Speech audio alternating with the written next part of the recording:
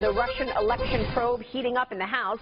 Hillary Clinton's campaign chairman, John Podesta, met with a House panel probing how Russia's interference in the 2016 election earlier this week occurred. One focus of the investigation, the hacking of Podesta's own personal email account and the release of his emails by WikiLeaks during the campaign.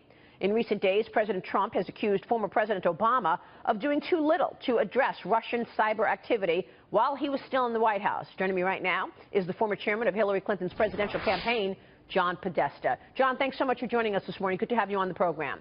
Good morning, Maria. So you met with the Senate Intelligence Panel as part of this investigation. What can you tell us? House Intelligence. What can you tell us about that meeting? Well, they wanted to know essentially what had happened to me and what the effect of was on the campaign, the Russian interference in our democratic process, and they're probing what actually happened, whether there was collusion, and what are we going to do about it. They asked me not to get into specific questions that they asked me and my specific answers, but in general terms, they're taking a bipartisan look at this stage. You know, they had trouble in that committee when their chairman, Devin Nunes, was kind of working with the White House to try to both cover sort of for whatever had happened in the Trump White House and the Trump campaign, and particularly the Mike Flynn matter. But I think they're back on track with a bipartisan investigation, so there are members from both sides, and they asked probing questions about what had happened during the campaign. Do you find it odd that there's been so much attention on the Trump campaign and the Trump associates and potential collusion with Russians when, in fact, it's really the Democrats who have deeper and stronger ties to Russia? I mean, John, I've got to ask you about your own situation, your ties to Russian entities. You joined the board of a small energy company in 2011. 2 months later, a Russian entity directly funded by the Kremlin invested $35 million in the company. You were given 75,000 shares in a Russian company, which you failed to disclose when you became an Obama associate. Maria, that's not true. I fully disclosed and was completely compliant with, and by the way, I divested before I went into the White House. But where did you divest it, John? A lot of people feel like you divested it to your adult children. I divested it consistent with the advice that I was given by the White House counsel's office, and I was fully compliant and fully transparent about what I had done. And so the fact that you're picking through my emails that were stolen by the Russians and released by WikiLeaks, and creating a story which is not true, is something that we have to deal with through the whole. So you weren't given 75,000 shares of stock in a Russian company? You were not given 75,000 shares? I didn't have any stock in any Russian company. So go back and get your facts straight, Maria. But That's not true, John. We know that you own 75,000 shares. You're on the board of Joe. It's not a Russian company. They own less than 5%. It's backed by the Kremlin. I didn't own any shares in that company, Maria. When you stepped off the board, you were given 75,000 shares from Joe Lee. No, that is not true. How many shares were you given, John? Maria, I didn't have any shares in any Russian company. I was on the board of an American company that did business here and only here. The Russian company had a small investment in that company, and we can go around and around the tree. Well, it's widely reported that it's backed by the Kremlin.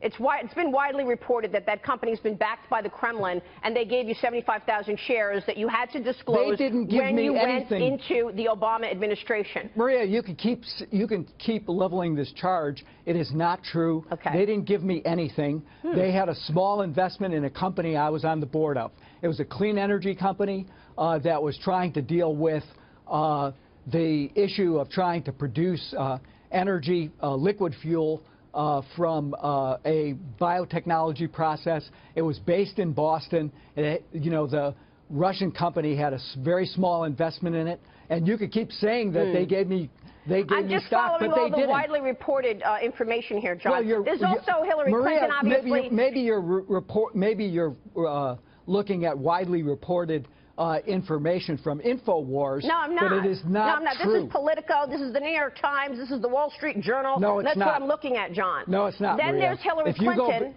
Then there's Hillary Clinton, of course, we know, who got $100 million from Russian companies after she allowed that Russian company to acquire 20% of the U.S.'s uranium. So the point I'm making here, John, is that there's much deeper ties to Russia on the Democratic side than there are on the Republican side. And it's just a head-scratcher that this has been taking all the oxygen out of the room over Trump, when in fact it's been your team that has been in bed with the Russians. You know, Fox can do whatever it wants to do on this matter. The truth is that Vladimir Putin, at his direction, according to 17 U.S. intelligence agencies, interfered with the U.S. election to help elect Donald Trump. Why was that? That was because Donald Trump had adopted Vladimir Putin's foreign policy, lock, stock, and barrel. He was out on the campaign trail saying that NATO was obsolete. He was trying to make excuses for their intervention in Ukraine. He was talking about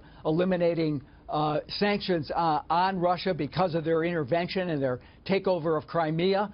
And so, you know, you could blow a lot of smoke, Maria, but the truth is Vladimir Putin interfered in the U.S. election, and I'm surprised you're not concerned about that the Russians would hack whether it's Republicans or Democrats, that they would hack into commit crimes in the United States and then work with WikiLeaks to damage our campaign. I am concerned well, I'm glad about to hear that. But I it know doesn't that sound like it this morning. But I know that Russia meddling goes back decades. And I know that when we go to Russia, when Condi Rice used to go to Russia, they would put her in the same exact hotel room in the same place every year when she would go there so that they could spy on her. The same thing happens in China. And I know that the U.S. does the same thing. So this is not a new story. But the whole idea that there was any collusion with Trump that's where the narrative and the charade is, because everybody knows Russia's trying to undermine the U.S., has been for years. That's not a new story. The story that the Democrats have been riding and this Trump collusion is simply not true, and we have no evidence of it. Well, look, I mean, you know, you're talking to the wrong guy. You should be talking to his people about whether they colluded. You know, Mike Flynn was the national's was his national security advisor. He had to leave because he lied about his contacts with the Russians within a month of the campaign. When Sally Yates, the acting attorney general, told the White House counsel that Mr. Flynn had been compromised, they did exactly nothing until the Washington Post broke the story. So there's a lot to investigate here, and I'm glad that the House Intelligence Committee has gotten back on track with a bipartisan investigation. Senate Intelligence Committee is doing the same thing. Mr. Mueller's doing the same thing. We'll see where it all ends.